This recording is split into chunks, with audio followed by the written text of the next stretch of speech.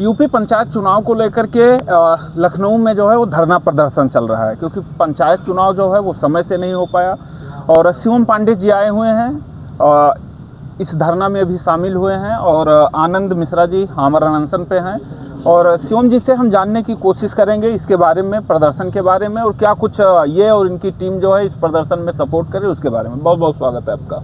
देखिए, उत्तर प्रदेश के अंदर सबसे पहले मुझे लगता है कि यूथ जो आता था राजनीति में, वो छासंग चुनाव के माध्यम से आता था। अगर किसी युवा को राजनीति करनी हो तो मुझे लगता है कि कोई कोर्स नहीं है।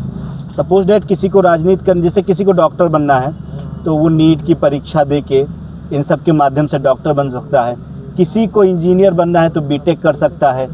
किसी को अकाउंट्स लाइन में जाना है तो वो सीए कर सकता है। मतलब सबके लिए। लेकिन जो इन सबको नियंत्रित कर रहे हैं हमारे देश के नेता, अगर किसी को नेता बनना है तो इसे बड़ा क्वेश्चन मार्क आता है कि कोई नेता कैसे बनेगा। उसका एक माध्यम माना जाता था कि छासंग चुनाव से हमें पढ़े लिखे नेता मिलते थे, लेकिन उत्तर प्रदेश के अंदर छासंग चुनाव पूर्णतः बंद कर दिया गया। फिर युवाओं ने कहा कि हम पढ़े लिख के राजनीति में हमें आना है तो हम पंचायत चुनाव में पार्टिसिपेट करेंगे। पढ़ लिख के युवा जाते हैं, जैसे मैंने बताया भी कि आनंद जी जैसे लॉ किए हैं।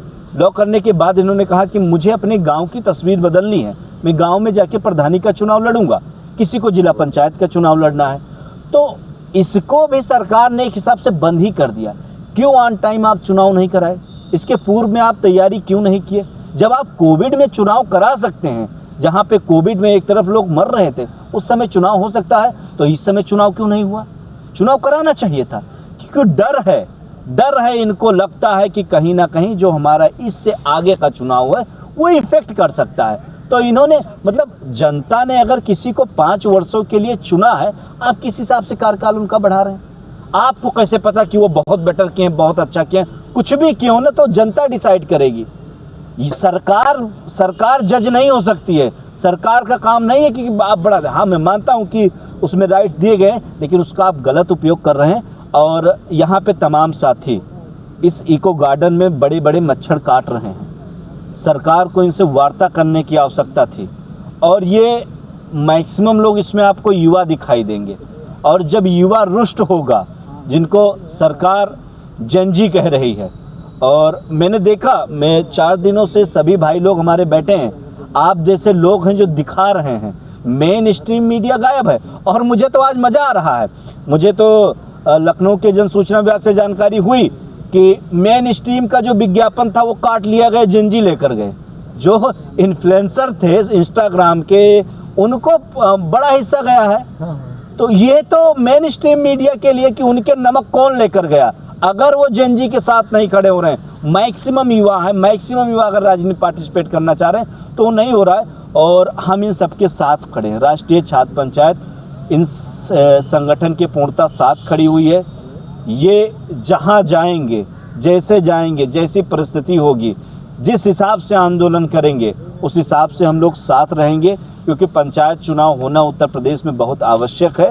तमाम युवा पंचायत चुनाव लड़ने के लिए तैयार हैं। और हम फिर से कह रहे हैं, अगर मुख्यमंत्री जी ने, मैं ऑन माइक आपके कह के जा रहा हूँ, अगर मुख्यमंत्री जी ने विधानसभा चुनाव से पहले पंचायत चुनाव नहीं कराया तो ये भारतीय जनता पार्टी सीधा संदेश ले, इसी में से कई लोग विधानसभा चुनाव लड़ेंगे, जो इनका आंकड़ा तोड़ने काम करेंगे।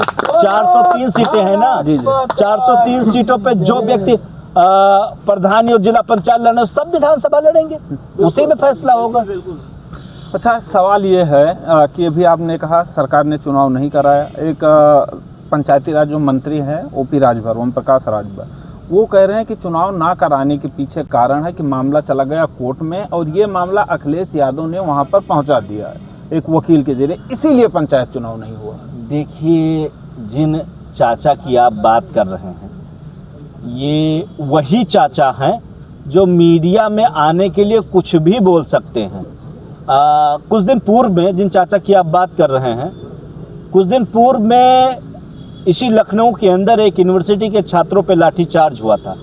तब इन्होंने लंबा चौड़ा बयान आके मीडिया के सामने दिया। जब उनके आवास पे हम लोग पहुंचे तो एक तरफ से चुपके से अपने लड़के को भेज के माफ़ीनामा कह रहे थे, गलती हो गई। तो ये सब मीडिया में आने के लिए, अब मैं आपको बता रहा हूँ, पता नहीं एक नोटिस भी हमको दें, आप गांव से बिलोंग करते हैं आई थिंक। जी जी गांव में जब नाच होती तो जोकर देखे हैं? जी तो जोकर जब परफॉर्म करता है तो लोग हंसने के लिए बहुत आते हैं। जी जी तो बाकी आप समझ जाइए कैसे जी लोग जी हैं। तो इनका कोई स्थिति वैसा नहीं। अच्छा, सवाल ये है, क्या लग रहा है, जैसे आप भी छात्रों की राजनीति कर रहे हैं, छात्रों के सपोर्ट में है, क्या लग रहा है सरकार किस कारण से जो है चुनाव नहीं कर रहा? डर रही है। किस चीज़ के लिए? युवाओं से डर रही है। ये विपक्ष से नहीं डर रही है, युवाओं से डर रही है। युवाओं ने, ये कुछ बड़े नेता थे जो कहते थे ये एनडीए गवर्नमेंट है, ये एनडीए की सरकार है, यहाँ इस्तीफा नहीं होता है। हुआ ना, युवाओं के डर से ही हुआ ना। तो ये डर रहे हैं कि युवा लोग राजनीति में गांव के प्रधान बन जाएंगे, जिला पंचायत बन जाएंगे, ब्लॉक प्रमुख हो जाएंगे, जिला पंचायत अध्यक्ष हो जाएंगे।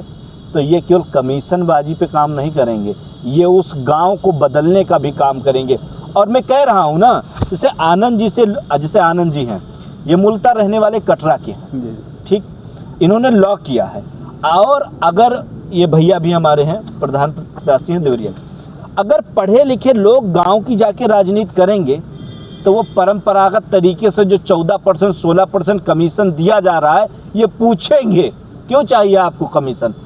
ना मैं खाऊंगा 1 रुपये, मैं अच्छा अपने ग्राम सभा को एक मॉडल स्थापित करूंगा।